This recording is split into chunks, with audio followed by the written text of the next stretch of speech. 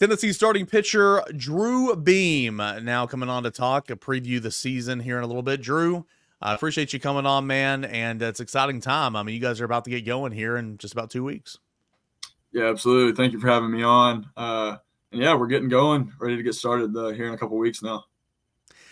Tell me about your role and how it might have changed a little bit. I mean, you've always been kind of a leader, but you pitched as a weekend starter as a freshman, and obviously as a sophomore. But the guys you've been pitching around, they're gone now, and you're the guy, and everybody's kind of looking at you as being that leader. How has your role kind of changed this offseason preparing for this season?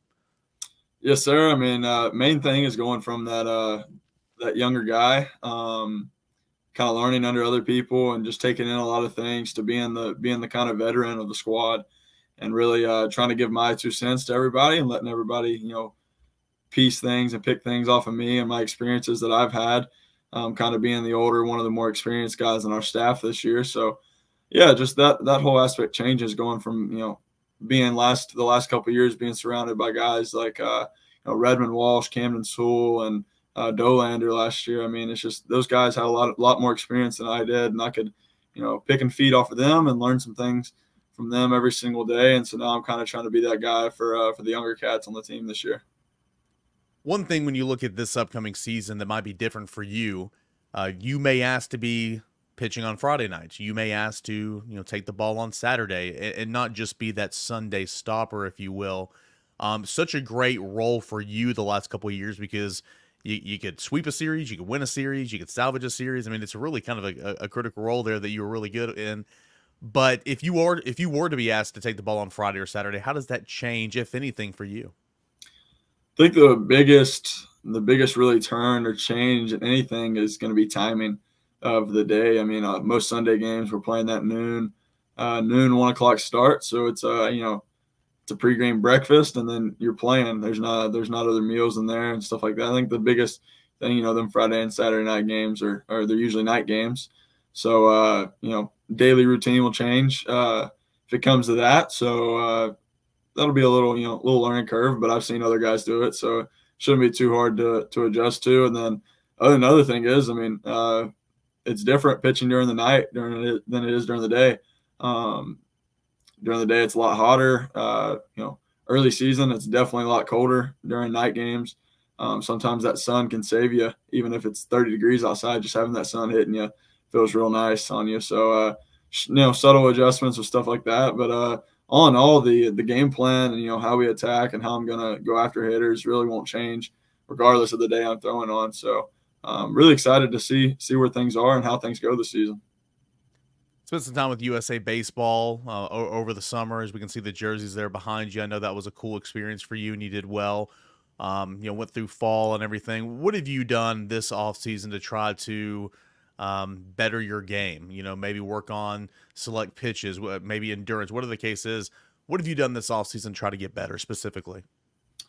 Yeah, big emphasis this offseason was really get more in depth into the weight room, work on the diet, and then baseball, pitching wise, we trying to really nail down the cutter. I had it last year, kind of went away from it, so we added it back in and kind of really refined it, and just trying to perfect my game and perfect the craft of pitching, and just dial down the little things. Honestly, just not trying to change too much, but really hit home and get good at the little things, I guess. You got a lot of new faces on the mound this year, some contending to be that number 3 starter alongside you and A.J. Russell. Others are going to find their roles in the bullpen, but some freshmen, some newcomers via junior college, some arms via the transfer portal. Who are some names that are kind of standing out so far in January into February, and maybe did some good things over the fall? Yeah, I think some arms I'm really excited to see. We saw them freshman year. Had some things last year go on, and so, but it's going to be Wyatt Evans. It's one of my boys. I think he's going to make a role for us and play a good guy on our side of things, and I think he'll throw some good quality innings for us.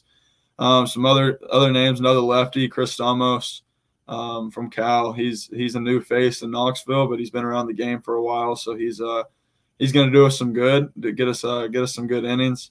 Another big name that I like, and that's new to Knoxville, but it's Marcus Phillips, big right-handed pitcher. Dude just looks like a hoss when he's up there on the mound. He's massive, really strong, muscular dude, and he throws the crap out of the ball. So that'll be another good name to watch. And then we've got a handful of freshmen in there that can pick and choose their innings. We'll see who makes it to the top of the totem pole of that freshman class. But they've been fighting and crashing and crawling, trying to get to that front and pick out some innings this year. But it's going to be fun to see who comes up on top there. Yeah, from a guy who worked along with Chase Burns to get to the top of that totem pole of your freshman year and had a significant role of being in the rotation. Maybe Derek Schaefer's asked to start some games this year. Maybe even early on. Maybe Matthew Dallas down the line is asked to start some games this year. If that is the case, what would your advice be to those guys? Having been, that was your story 2 years ago, being a guy, a week in rotation that was counted on. Yeah, I mean, coach has shown that he shows no shame in starting freshmen, and that if they're worthy of it, then he's all for it. And yeah, it's kind of what he did with me and Burns. He threw us into the fire and let us go and run with it and run wild. So my advice to them is just going to be take it every step at a time, take it one game at a time. Really slow the game down. It's just another baseball game. I mean, it's other than the fans on the outside, it's the same game you've been playing since you were however old, 5, 6 years old. It's just baseball. So at the end of the day, it's just throwing the ball to your catcher and hoping they don't hit it. So just don't let the outside noise get to you. Does transfer pitcher Nate Snead, does he throw the hardest on the team, would you say? I think so right now. There's some guys that are crawling back trying to get up to him, but it'll be some good competition. We don't have any Ben Joyces throwing 105, but we've sure got a bunch of guys who can pump some heat up there and put some high numbers up. Yeah, there's not many Ben Joyces out there that anybody can have. Your velo went up a little bit last year. I remember as a freshman, you were sitting kind of low 90s, and you were sitting kind of mid 90s, maybe topped out around 96, if I'm not mistaken. Is that just weight room? Is that just getting is that Q in the off season? Yeah, that's just buying in and really focusing on the weight room in the off season and stuff, and that's really all it can attribute to. It all translates. So whatever you're going to do in the weight room, doing the right things in the weight room especially translate well to on the field performance. All right, man. So you got Cal coming back behind the plate. You got Charlie back there behind the plate as well. You had a couple other catching options in Cannon Peebles, and Dalton Bargo can get back there if needed. But how have you kind of grown with Peebles, for instance? I figure you guys are going to be battery mates quite a few times this year. How has he been behind the plate, and how has he and some of those other transfer kind of grown in the locker room out there throughout this really this academic year over the fall and these last few weeks? Yeah, I mean, the whole catching staff. I mean, Coach E does so well with those guys. They're all so bought in. They're the hardest working fellows on the team. I mean, they first people doing something at the field, they're the last people doing something. So they're always working. I mean, they've got so many things between catching us, doing doing their own hitting, doing PFP work with us. I mean, they're always on the run, always doing something, and they're absolute grinders out there. So just the whole catching staff in a whole has been really good, and they're being super competitive, which is something I love. I mean, every day it's healthy competition. They're going after each other, trying to one up each other in every single aspect. So it's been great watching the fall. A lot of growth from the new guys getting in and learning Coach E's system and how we do things here. And kind of just maturing through that system and learning from Cal and Chuck, who have been here for a few years. And it's like just seeing that knowledge transfer over and how everybody's kind of buying in, and all those catchers, every day they're ready to go to work for us pitchers too. So that's just kind of, what we like to see. And it's been good to see that through the fall and into this spring and ready to get into season with them. All right, man. Last thing, at the time of this recording, 2 weeks, it's opening day. What's left on the docket? What are some things that you or the team really need to channel in on here in the home stretch, if you will, before opening day, 2 weeks?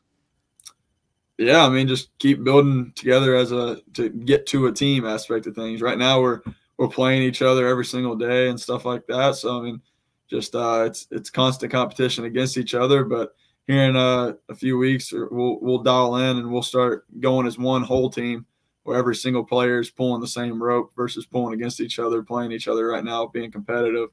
But it'll just be that aspect of once we get on that flight to go down to Texas, it's time to be one unit and get together and just have one goal in mind, and that's to win ball games. Drew, man, appreciate the time. Really, really looking forward to seeing you pitch and seeing Tennessee out there competing this year. Best of luck, and we'll have you on again, okay? Thank you. I appreciate it.